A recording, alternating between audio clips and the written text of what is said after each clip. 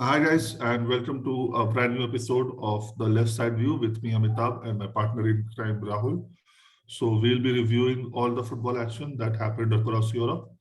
Let's start with the Premier League. The daytime kickoff was West Ham against Newcastle on Saturday. Again, an important match for both the teams because West Ham are firmly in the competition for the fourth spot in the Premier League. This match ended in a draw. I don't think this did any good to any of the teams. Rahul? Uh, in a way, it is a better result for Newcastle than it is for West Ham. Obviously, Newcastle, in the relegation zones for them, I think even a point away from home against a team competing for a European place like West Ham is, I think, a good point in the fact that uh, they are actually pretty much in a way on an unbeaten run under Eddie Howe. So, yeah, especially when you take into consideration the other results or some of the other results, I think it's a good point. In a way, it's actually a point dropped for West Ham. Yeah, a couple of points dropped for West Ham at home, and especially with all the teams in and around them winning this weekend. They definitely are the biggest losers in that aspect. Anything else you'd like to add, Rahul? Uh, it's okay, we can move on. Yeah, so the next match was Arsenal against Brentford. So as we discussed in the preview episode, Arsenal have had a week's rest. They came out on top here, winning 2-1. Smith Rowe and Saka scoring for the Gunners. Again, at home, they did what they had to. Actually, the consistency that they have shown of late, they are actually the favorites of many to clinch that fourth spot. They have a match coming up against Wolves in midweek, so that becomes absolutely crucial for both the teams. Rahul, anything you'd like to add here? Yeah, I think I don't really think they had a match in midweek Arsenal either. Yeah, they had a whole week to prepare for this match. This is a repeat of, or this is a corresponding fixture, from the first week of the first match of the season when Arsenal lost. So yeah, I think they probably had that in mind as well, and they've actually got a pretty decent home record this season. Other than maybe a couple of losses, I think against some of the bigger teams like Chelsea and City, they've actually got a pretty decent record at the Emirates. So yeah, this is what it was like, and I think again, someone like Bukayo Saka, Emil Smith Rowe, I think they just keep on scoring. These guys, some great prospects, not only for Arsenal but actually for England. I think this is what Emil Smith Rowe's ninth Premier League goal this season, uh, and I think he's actually the second highest English goal scorer this season. So the first being Raheem Sterling. I mean, there are so many other English players, but then no one would have thought that the top two would be Raheem Sterling and Emil Smith Rowe. Maybe Sterling, yes, but then Emil Smith Rowe again. Not really people would have thought that he would be there. Other than that, Brentford are now winless in their last seven Premier League games. There are murmurs that they could actually be dragged down to the relegation battle. So uh, they need to pick up points, and they need to pick up points fast. Other than that, I think this was Bukayo Saka as well, 11th goal involvement in the Premier League this season. So he's got again 7 goals and 4 assists, the most of any under 21 Premier League player. And uh, this is only bettered, by someone like Jared Bowen or Mason Mount or Trent Alexander-Arnold this season among English players. So even someone like Gilberto Silva said that Arsenal are going to be so good that I think Saka reminds him of Thierry Henry. I know, big compliment, but yeah, I think they've got some great young players. Only if they can find a couple of decent, experienced players to accompany or to support these young players, then yeah, I think Arsenal are on the up. Yes. In the next match, we had Aston Villa against Watford. So Roy Hodgson came back to management. Now he's in charge of Watford now. He said that he has retired for good last season, but then again, that's not the case. And Watford actually won this match. I mean, um, I'm sure at home Villa would have been the favorite, and I think they were our favorites too. But sort of against the run of play, Watford clinched this 1-0 away from home. I think they're still deep in the mire as far as relegation is concerned, but 3 points nonetheless. They have to keep improving and just see what happens. As we just discussed, the likes of Brentford, and we'll discuss, ahead, someone like Leeds, maybe Everton. So these teams are all there or thereabouts. And if you have a couple of weeks of good results, you never know how the whole picture can change. Rahul? Yeah, I think it's an itch, that never goes away, I guess, for some managers, which is the case with Roy Hodgson. I mean, the fact that he's got so much experience with these teams, in the relegation zone, and like you said, that he had already mentioned that he would retire for good, but then he still came back. It's like he still has that desire, that passion towards the game. So yeah, I think another stat that I read was that Watford have kept 2 clean sheets under Hodgson already, or in the last 2 or 3 games, something that they could only manage in the last 36 Premier League games, and now they've already kept 2. So yeah, I think Roy Hodgson again working his magic. We probably would see these results, wherein against the run of play, against everything, out of the blue, Watford, will get a point, will get a victory like this. Yeah. Yeah, the next match was actually a mini upset of sorts. Brighton against Burnley, and Burnley away from home. Yes, they did sell one of their strikers to Newcastle, a direct rival, but they also went ahead and bought someone like a Weghorst. And he did miss a couple of chances last week, but this week he did come good. Burnley actually won this match 3-0. So that's a dampener in the works for Brighton, and definitely 3 crucial points for Burnley, especially with Watford winning. So Burnley have a couple of games in hand over the teams in and around them. So they're actually off the bottom of the table right now. And yeah, good for them. Rahul? Yeah, but still, very decent result for a team like Burnley. I think Brighton, who have been in a way specialists this season in terms of getting a draw.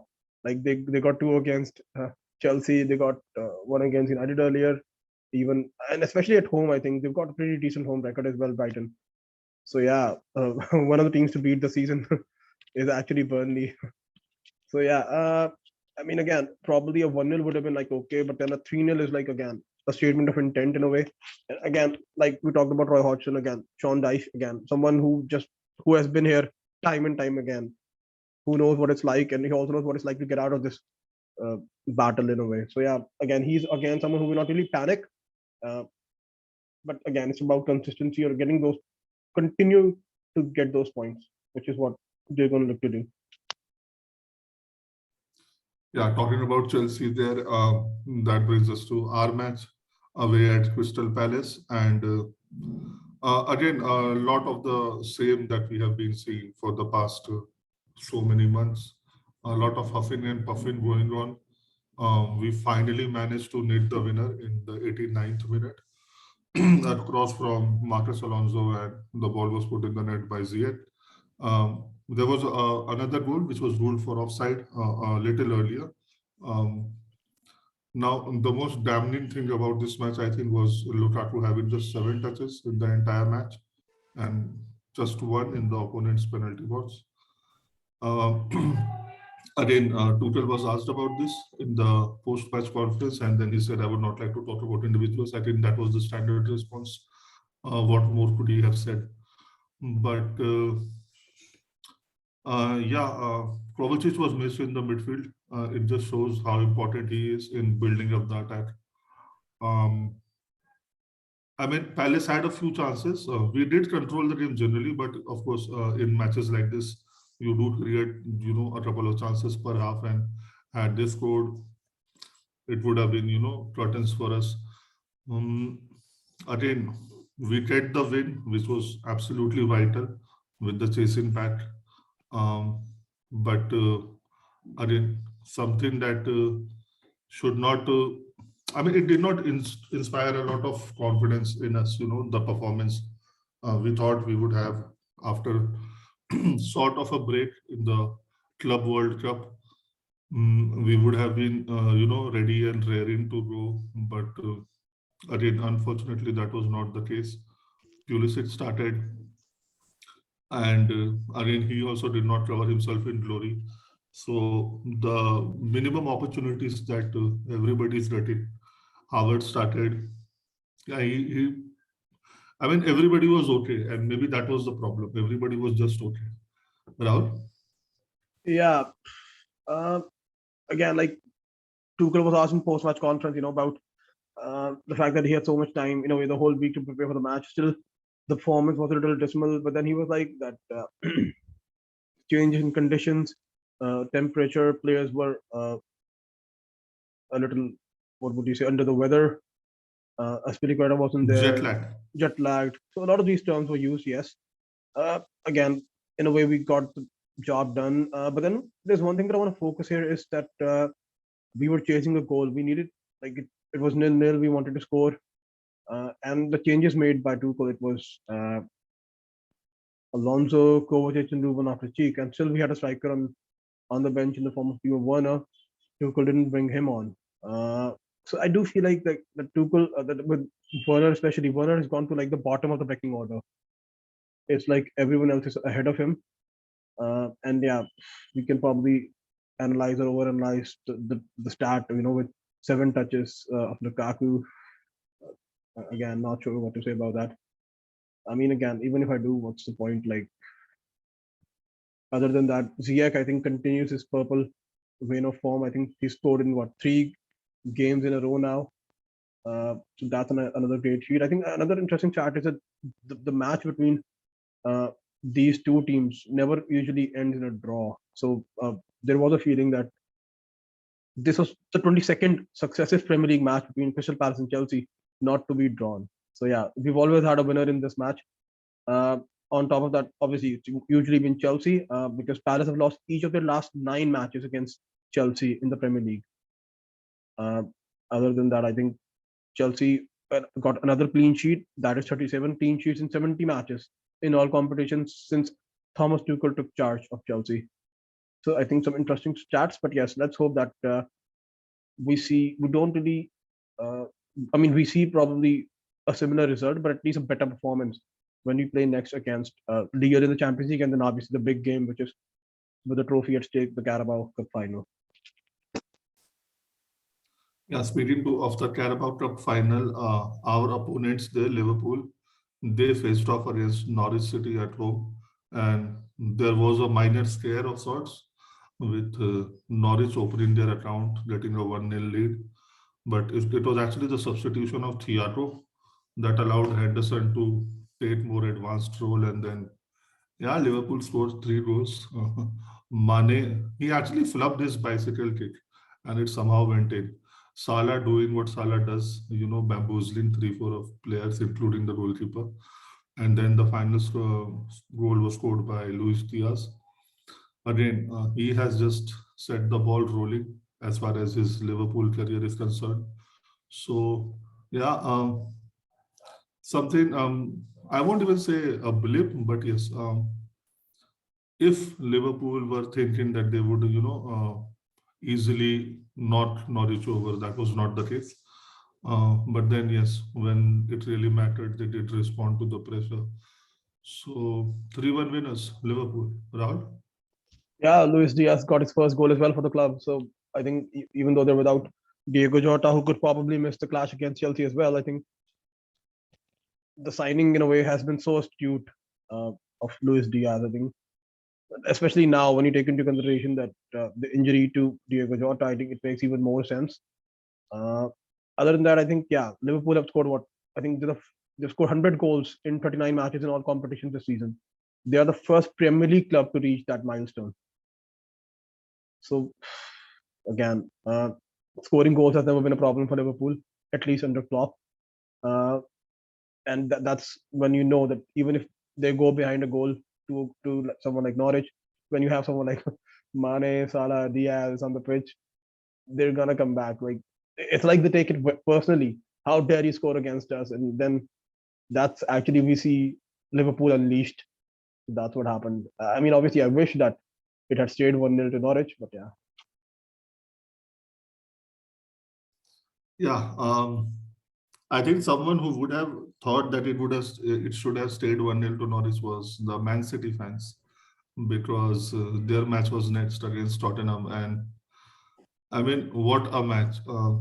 Tottenham coming into this match having lost three successive games.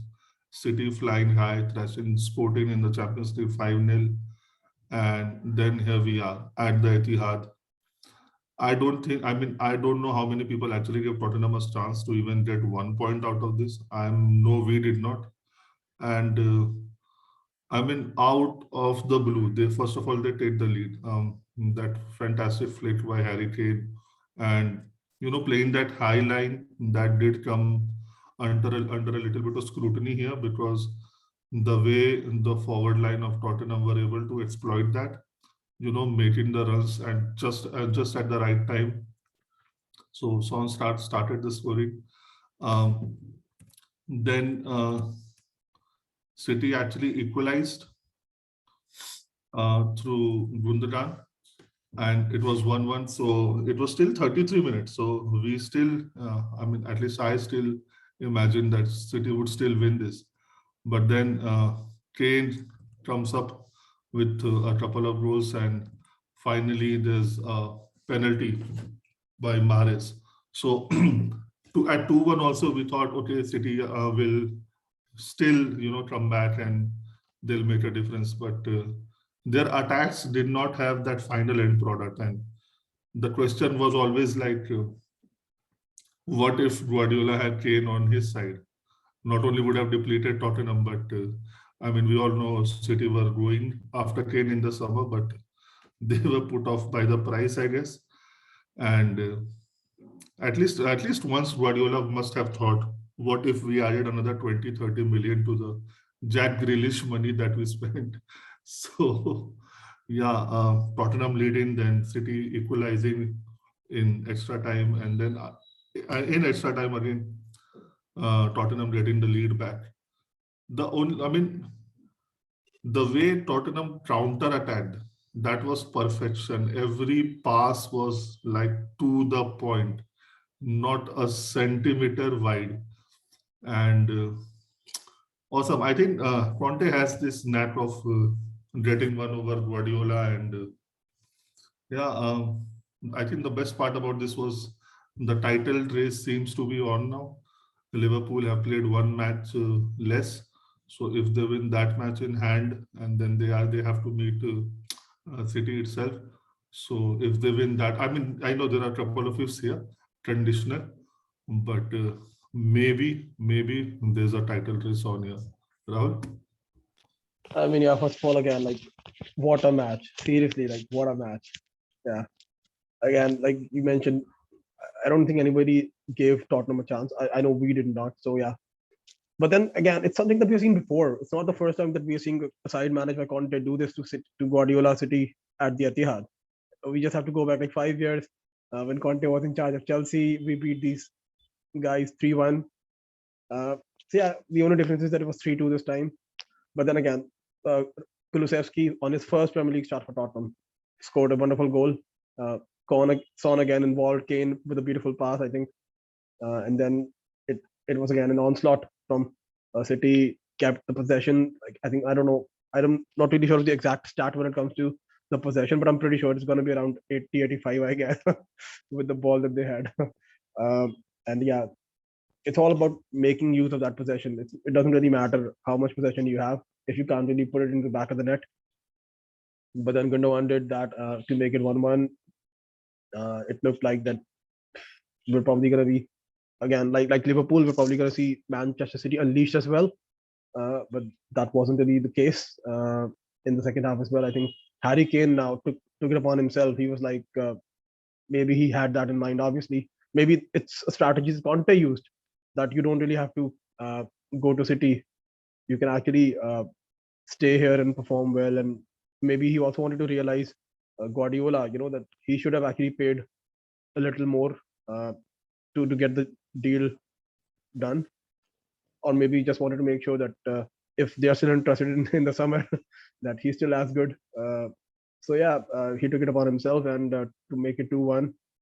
And then just when we thought that there will be no twist in the tail, there was finally. I think Romero was deemed to have handled the ball in the net in the penalty area. Uh, Anthony Taylor took a look at VAR, and yeah,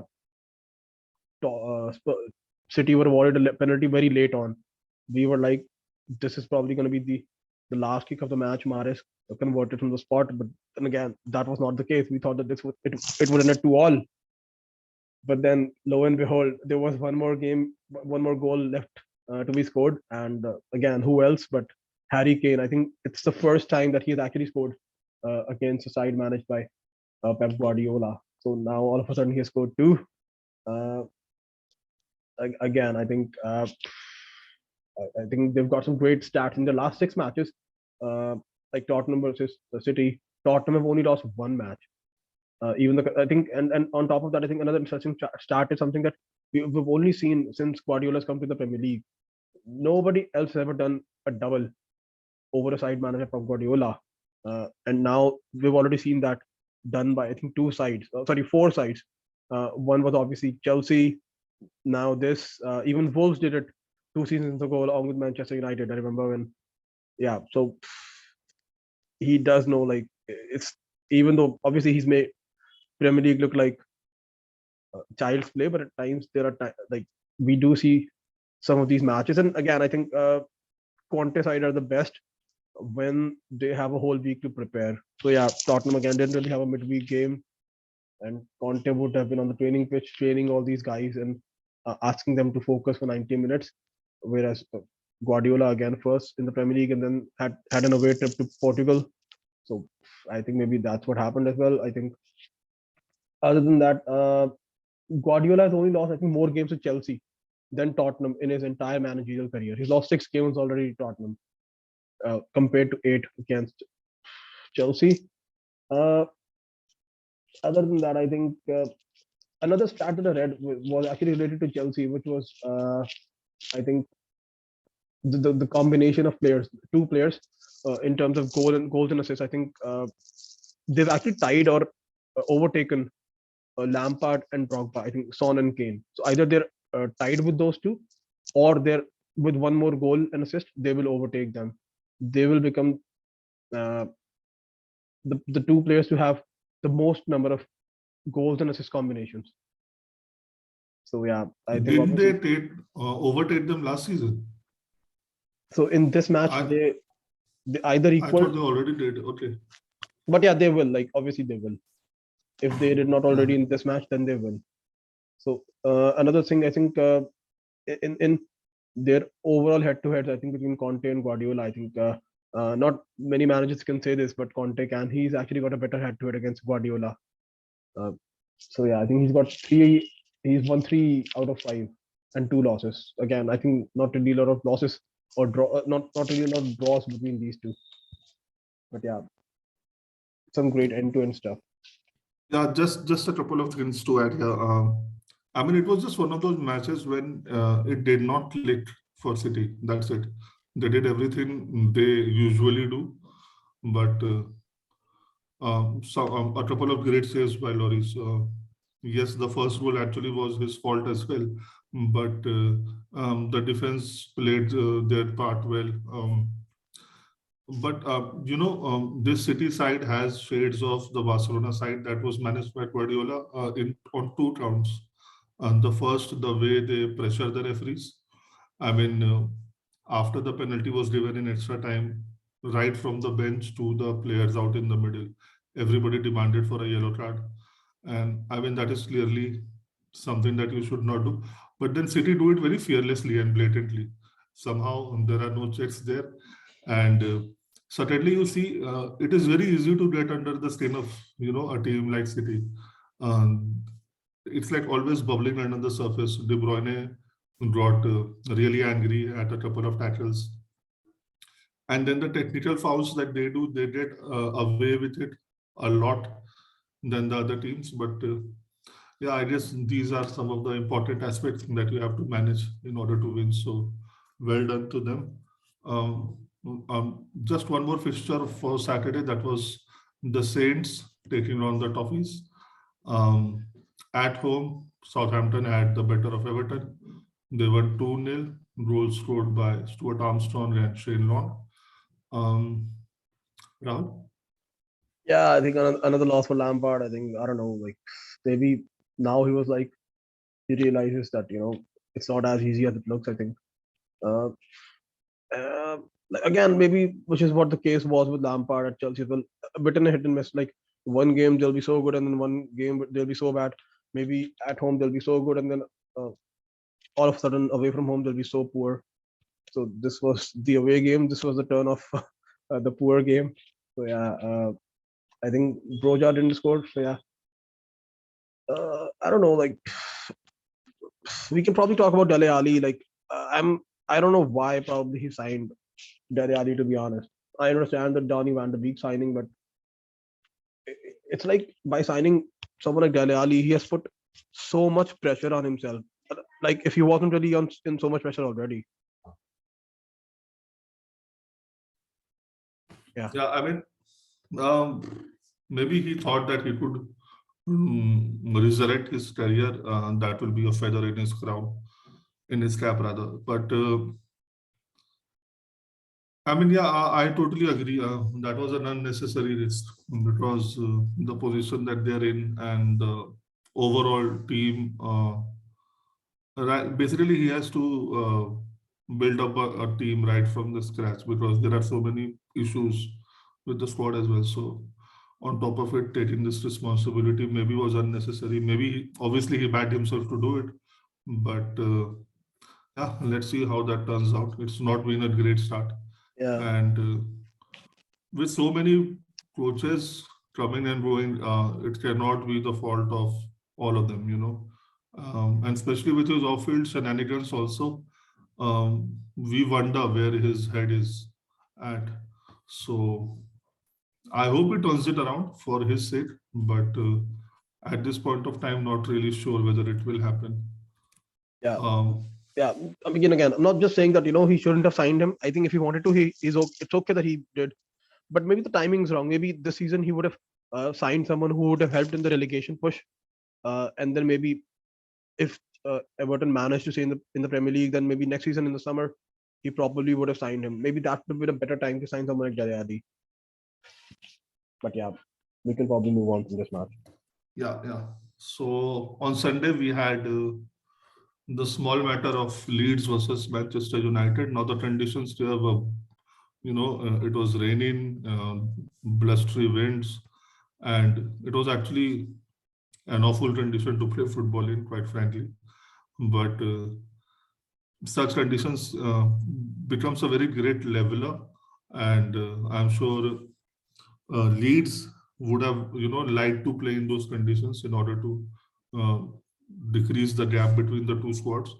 And yeah, United with all their off-field issues, who will be the captain and whatever.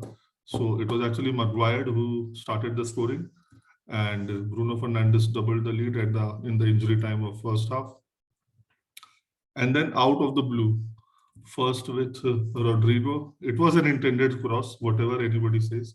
It just crept into the net. I think it was the same like the goal that West Ham scored against us. So, and then it was Rafinha, two goals in 70 seconds for Leeds, and it looked as if they are back at home with the crowd behind them. But then again, a substitution made by Ratnik. He substituted Pogba for Fred.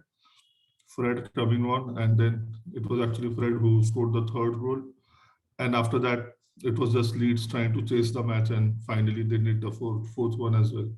So a very, very important 3 points for Manchester United. Um, two key things to note here. First of all, when it was 2-2, it looked like the same thing is going to happen, what has been happening for the past month.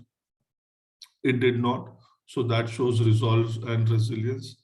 And the way the whole team celebrated the goals, it did portray as, there is unity between the group of players, and they do have a shared vision, the role that everybody is working towards. So You're talking about Manchester great. United. Yeah, yeah. So even when Maguire scored, I mean, I was looking out for the reaction of Ronaldo, and though a little late, but he did row over and celebrated. So maybe everything has been swept under the carpet with the grand scheme of things in mind. Um, Again, the team chasing United now, who are in fourth, they actually have, like for someone like Wolves and Arsenal, they have 3 matches in hand. But the United, I mean, United has points on board, and again, I think a lot of teams will play each other. So the possibility of canceling each other out is huge. Again, like Arsenal are going to face Wolves now. So points in the bank is always better. And yeah, another twist and turn in the race for the fourth position. Rahul? To be honest, I personally don't really want to read too much into the performance by Manchester United. I understand the Leeds performance. I think we all do. I think they could actually go down like this.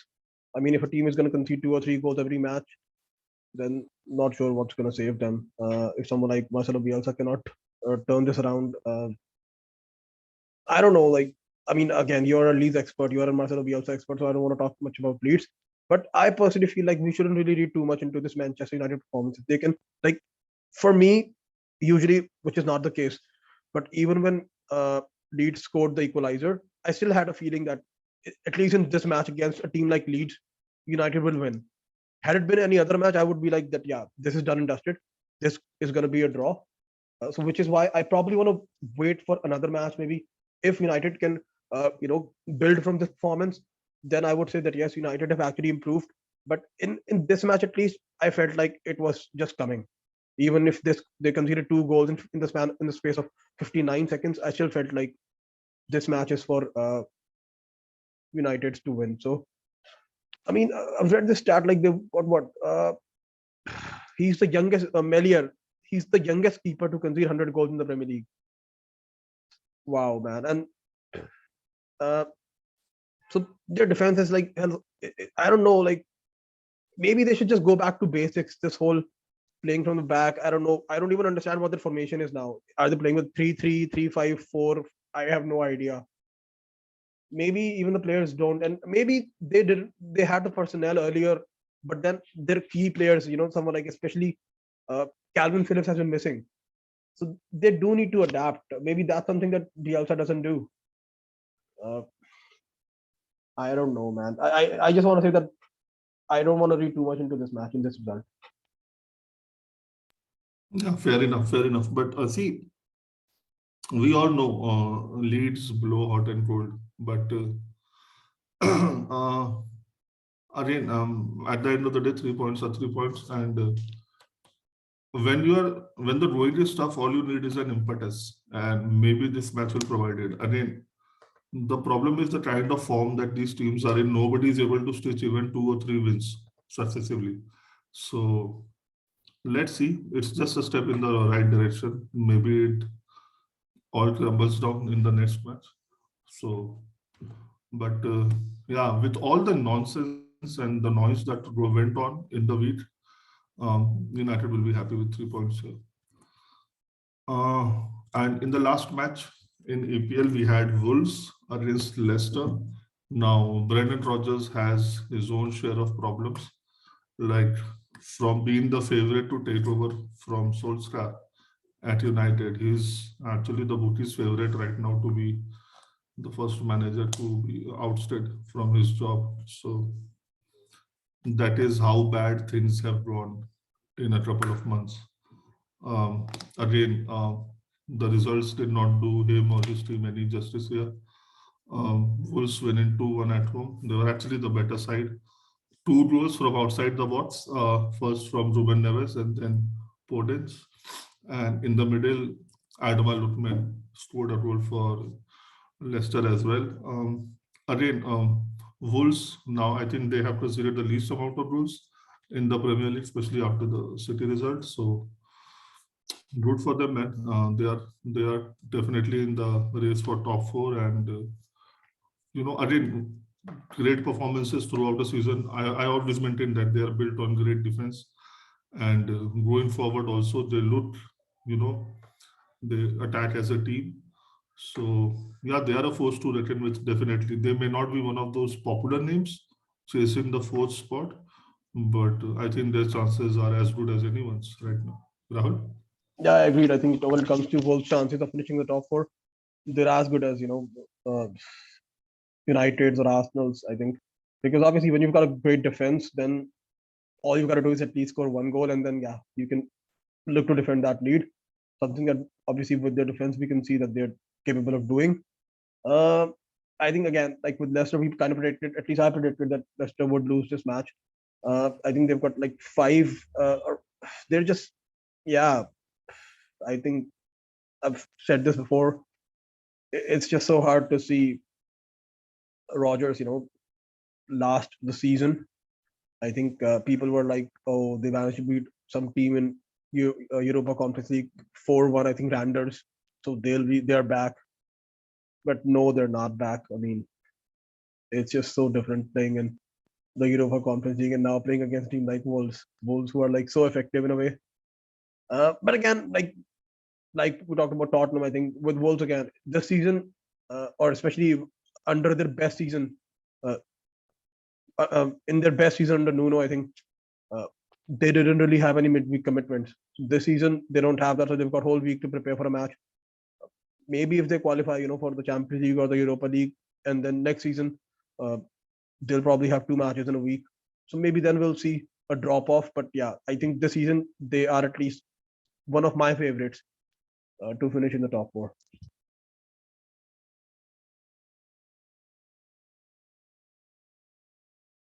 So, yeah, point taken, Rahul. I think with that we come to the end of our review of the Premier League. We can move to the Bundesliga now. So on Friday we had Mainz against Leverkusen. Again, Leverkusen flying high. Unfortunately, not in this match.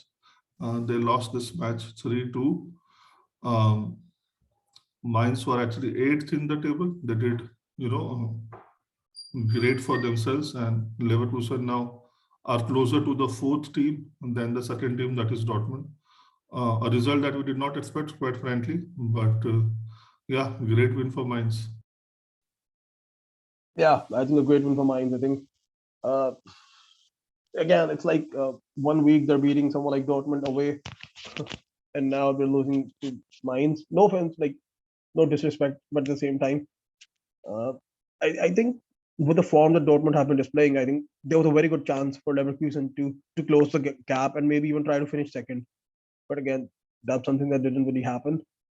I think their star striker, I think Patrick Schick got injured. So yeah, that's another thing to worry about for Leverkusen. Anything else that you want to talk about this match, Amitabh? Now, that's about it. Let's move on to the big boys. So Bayern faced off Greuther Fürth on Sunday. It was actually the uh, visitors who took the lead, and again with the kind of week that Bayern have been having. Um, I mean, it did not last long because Lewandowski scored in the first minute of second half, but again, those 4 minutes and the halftime in between, questions were asked. And then Bayern just did what they had to. They won the match 4-1. But, even there has been a lot of noise from the authorities at Bayern, Oli Hones, Oliver Kahn, Lothar Matthäus. Everybody has been saying, what the problem is and what the solution is. They have been blaming each other and all that stuff. So in Germany, they are called FC Hollywood, Bayern.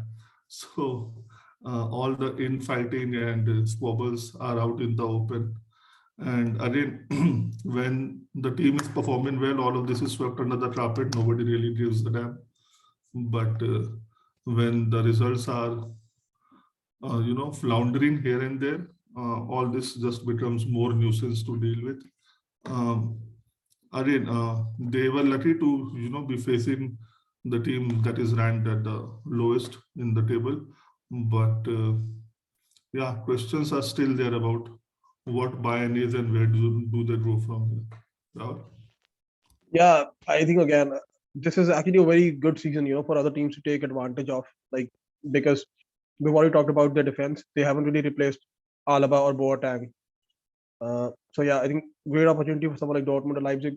It's just that it's a pity that they couldn't really capitalize on. Otherwise, even with these performances, Bayern are still top of the league, and they're the favorites to win the Bundesliga. I think the real test comes in the Champions League. Like, uh, obviously, once we preview that match, we'll talk about it. But yeah, uh, like we, in a way, it's becoming that situation. Like it is in League One, where we just know that PSG are gonna win. So yeah, it's like Bayern are gonna win. Yeah, even the Champions League ties. I mean, on the face of it, handing in the balance. I know the certain matches at the Allianz Arena. So let's see. Now, a couple of 6 goals scored by Dortmund and Leipzig. Dortmund overcame Mönchengladbach and Leipzig defeated Hertha Berlin.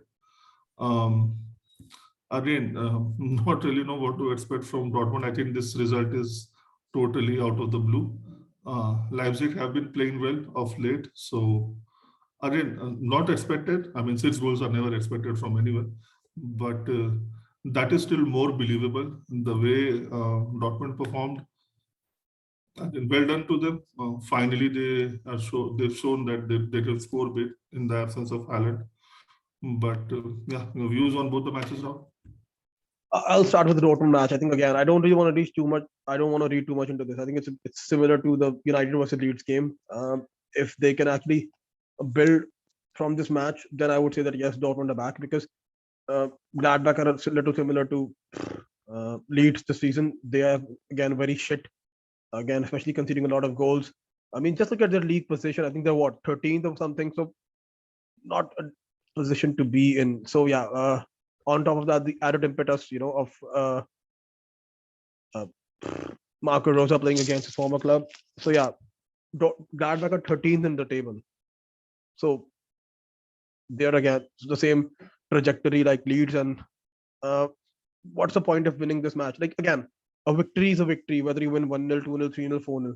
So if they can actually build something from that victory, then it matters. If in the next match in the Europa League or whatever, they again lose to Rangers away, or in the next match in the Bundesliga, they again lose, then this victory wouldn't really matter. So that's why I don't want to read too much into this. But yes, about the Leipzig match, I think they are fourth now. So just I think 4 points behind the third place Leverkusen, and with the form that they are in, especially since the winter break, I think they are, or should be at least, the favorites to finish third. Especially if after the 2-goal draw against Sociedad, if they get knocked out of the Europa League, then again they will only have one match to prepare every week, and they can actually just focus on one competition. So yeah, they do look like a team that could finish third. Other than that, I think all their somehow Dominic Tedesco, he's got all these players firing. He's been able to rotate. He's been able to keep players on their toes. Someone like Andre Silva did not even start the match. So Boslai started again, was so instrumental. Josef Poulsen, who he scored a wonderful goal. It was actually just 1-1 till the time they were sending off in the match. I think Hertha Berlin's player was sent off, and that's actually when the floodgates opened. The goals just started pouring in, and Kunku again, who has been so good this season. So yeah, 6-1 on the face of it flatters to deceive, but at the same time, the sending off helped a lot. Yeah. Leipzig did capitalize after Hertha were 1 man down. So moving on, let's discuss a little about the lead. Paris Saint-Germain actually lost, surprise, surprise, to Nantes, of all teams. And I mean, even when they lose, their direct rivals lose too. So Marseille lost as well. So their lead at the top is intact at 13 points. Neymar actually missed a penalty kick in this match. So after Messi missing the penalty against Real, maybe Mbappe has to take the penalty kicks now. But yeah, that was not the case. And again, a result that was not expected, but again, a result that does no harm to PSG whatsoever. Rahul? I mean, only a team can beat Real Madrid 1-0 and then lose to Nantes away in their next match. But like you said, yeah, does it really matter? I mean, they had such a good opportunity, Marseille, to close the gap, but then they also fluffed their lines and they lost to 15th place table. Clermont for 2-0 at home. I mean, seriously, seriously, it makes no sense. And I'm sure they don't like to be told that, but that is the Farmers League for a reason. So yeah, I think with that we come to the end of the first part of our review. Now, since these reviews take a little long, so we have decided to, put out two videos discussing matches in details. So yeah, thank you so much, guys, for your time, and we'll be back with the second part wherein we review the La Liga and the Serie A. Yeah, thank you, guys. Bye. All right. Yes, guys. And before you go, don't forget to like, share, comment, and subscribe.